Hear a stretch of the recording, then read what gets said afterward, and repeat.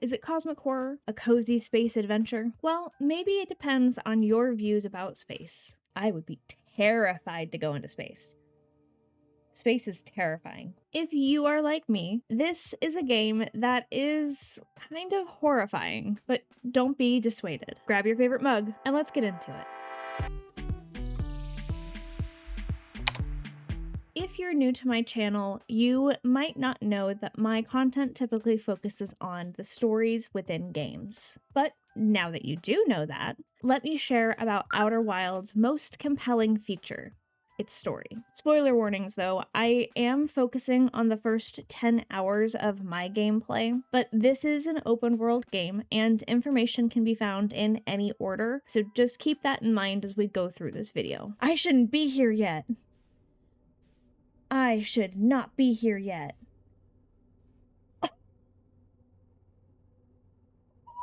I'm here. How did I give myself spoilers by playing the game? Plus, I am actually trying something out that's a little bit different for this video, and I would love to know what you think of it in the comments. Outer Wilds is first and foremost a game about discovery. You play as an unnamed alien who is setting out to explore the star system that they live in. Okay, this is my favorite thing ever is this, because I love lore and discovering things and information. What you just saw is the computer in the spaceship that keeps track of the rumors that you hear about, from the Nome to other Hearthians to the Quantum Moon and the Eye of the Universe. In short, it keeps track of your quests and points of interest for you to investigate. And it is, as I said, my favorite thing. There is so much to look at in this game and very little time to look at it. I mean, in the first 10 hours that I played, I barely explored 2 full planets. But what do I mean by there's so little time if I have played as much as I have? So the one thing that I remember about playing this the first time is that I did not know one of the core mechanics of the game is that it's a time loop. So this is when the time loop actually kind of starts. So now that we have done that, about every 22 minutes, we're gonna die, basically, and come back. In a game where there's a supernova every 22 minutes, every second counts, especially with planets like Brittle Hollow and the Ember Twins. Rapid changes to the environment means that I needed to stay very focused to find some of the information that I was looking for. Well, I guess I'm not going back.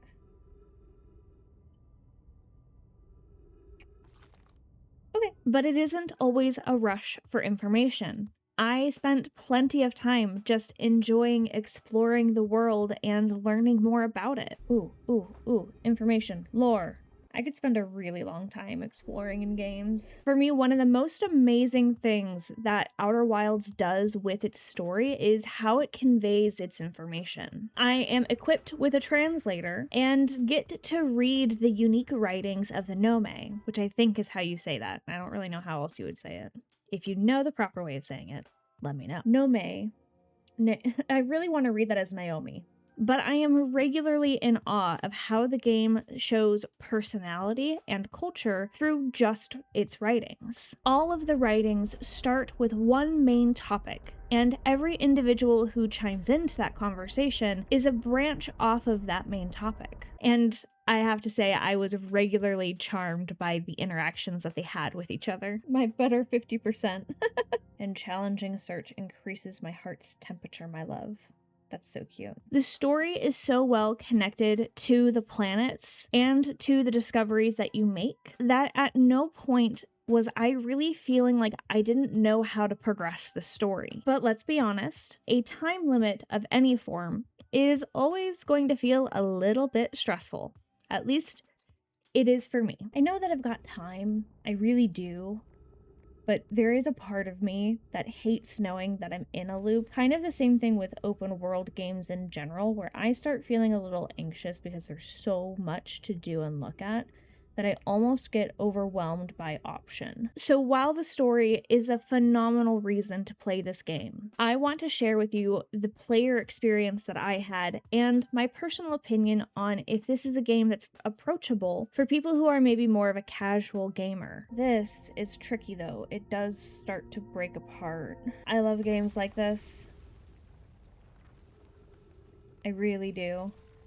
But also like, oh, I was just there. A 22-minute loop might not seem like a lot of time to get things done, but I will be honest, and I was really surprised at how much I was able to accomplish in 22 minutes and how regularly I forgot about the time loop when I was really engrossed into investigating or figuring something out. That's not to say that it's not stressful, because it can be, especially when the world is literally falling apart or filling with sand. I do feel like the time loop kind of softened the blow on dying in the game, which honestly, outside of the supernova, was actually kind of hard to do.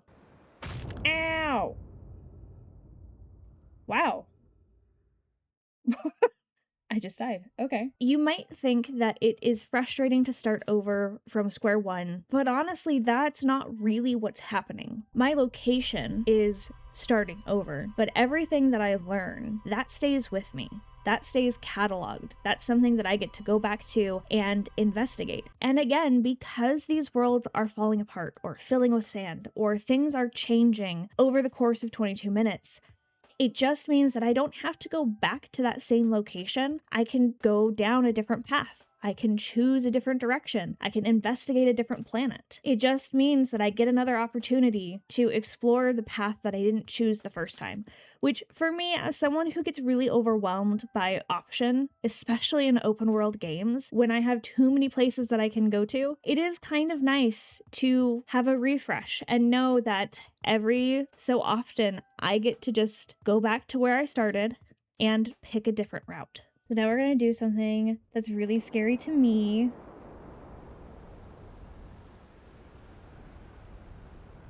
We're gonna go into the ocean's depths. I think this one might do it. Yes. Oh no, scary. Something else that I came to appreciate while I was playing a nameless alien whose world was inevitably going to end is that sometimes it's not about preventing the end. As the player, I am the only one left to have seen this beautiful world, to have experienced this story, and that is perfectly captured every time I witnessed the brilliance of the supernova.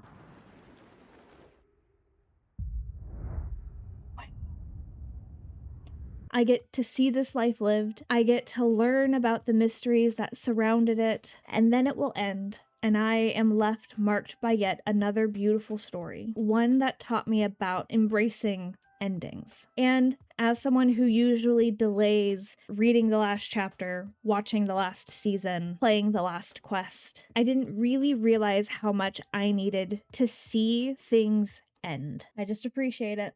It's just cool. It just is. So now for the final question.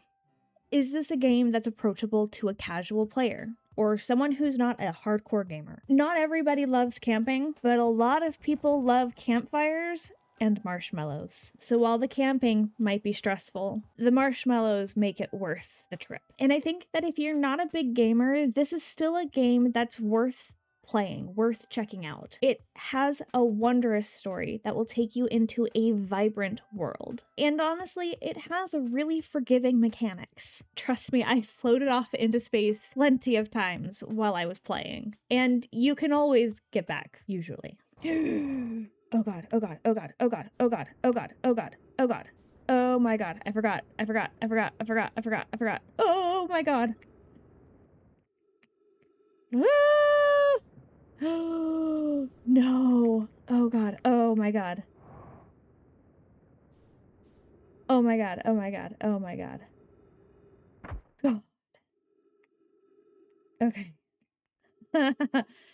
So shift isn't run, and if you want another game that's going to make you feel a little bit introspective, I have got a great video for you to check out right here. And with that, save your games, water your plants, and I will see you next time.